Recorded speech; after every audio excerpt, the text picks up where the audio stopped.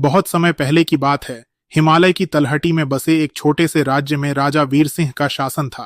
राजा वीर सिंह न्यायप्रिय और दयालु थे और उनके राज्य में सभी लोग सुखी थे। राज्य की राजधानी में एक विशाल स्वर्ण मंदिर था जिसे स्वर्ण मंदिर कहा जाता था।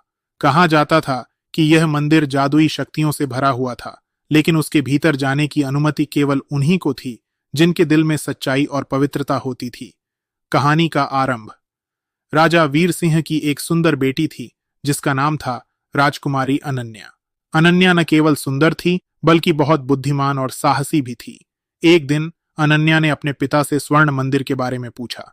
राजा ने उसे बताया कि यह मंदिर बहुत पुराना है और इसमें एक गुप्त शक्ति छिपी हुई है जो पूरे राज्य को खुशहाली और समृद्धि प्रदान करती है। राजकुमारी ने जिज्ञासावश मंदिर के बारे में और जानने की ठानी। उसने अपने पिता से अनुमति मांगी कि वह मंदिर के भीतर जाकर उसकी रहस्यमयी शक्तियों का पता लगाए। राजा वीर सिंह ने पहले तो उसे मना किया, लेकिन अनन्या की जिद के आगे हार मानते हुए अंततः उसे अनुमति दे दी। मंदिर की यात्रा। राजकुमारी अनन्या मंदिर की यात्रा के लिए तैयार हुई। वह जानती थी कि मंदिर में प्रवेश करने के लिए उसे अपने दिल को सच्चाई और पवित्रता से भरना होगा। वह रास्ते में कुछ साधु संतों से मिली और उनसे आशीर्वाद प्राप्त किया। उन्होंने उसे समझाया कि मंदिर की गुप्त शक्ति को पाने के लिए उसे कठिन परीक्षाओं का सामना करना पड़ेगा। अनन्या ने दृढ़ संकल्प के साथ मंदिर की ओर प्रस्थान किया। जैसे ही वह मंदिर के द्वार पर पहुंची, उसे लगा कि कोई अदृश्य शक्ति उसे रोक रही है, लेकिन उसकी सच्ची नीयत और साहस ने उसे आगे बढ़ने की ताकत दी। उसने मंदिर का मुख्य द्वार खोला और भीतर प्रवेश किया। परीक्षाएं और संघर्ष। मंदिर के अंदर का वातावरण अद्भुत और रहस्यमय था।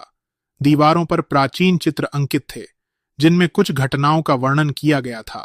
अनन्या ने देखा कि वहां 3 द्वार थे जिन पर जादुई प्रतीक बने हुए थे। पहला द्वार आग का प्रतीक था, दूसरा पानी का और तीसरा हवा का। पहले द्वार को पार करने के लिए अनन्या को आग की एक विशाल दीवार से गुजरना पड़ा। उसने अपनी आंखें बंद कीं और मन ही मन साहस का पाठ किया। जैसे ही उसने आगे बढ़ना शुरू किया, आग की दीवार खुद ही अलग हो गई और वह सुरक्षित दूसरे द्वार तक पहुंच गई।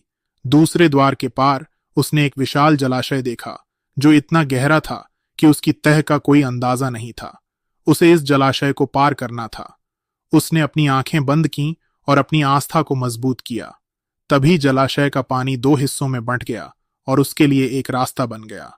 तीसरे द्वार पर पहुंचकर अनन्या को हवा का एक तीव्र बवंडर दिखाई दिया। उसे इस बवंडर के बीच से गुजरना था।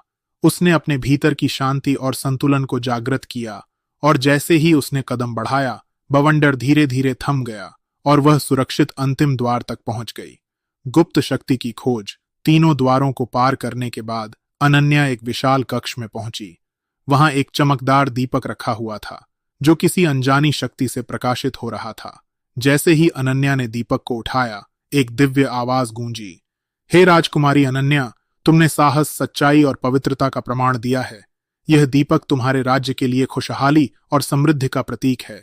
इसे अपने साथ लेकर जाओ और अपने राज्य को हमेशा के लिए सुरक्षित और संपन्न बनाओ। अनन्या ने दीपक को सावधानी पूर्वक उठाया और मंदिर से बाहर निकली। बाहर आते ही मंदिर के द्वार बंद हो गए और दीपक की चमक पूरे राज्य में फैल गई।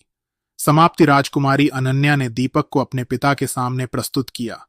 राजा वीर सिंह ने गर्व से अपनी बेटी की तारीफ की और दीपक को स्वर्ण मंदिर में स्थापित कर दिया।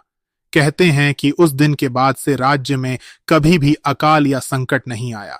राजकुमारी अनन्या की कहानी पूरे राज्य में फैल गई और लोग उसकी बहादुरी और सच्चाई के गुणों की प्रशंसा करने लगे।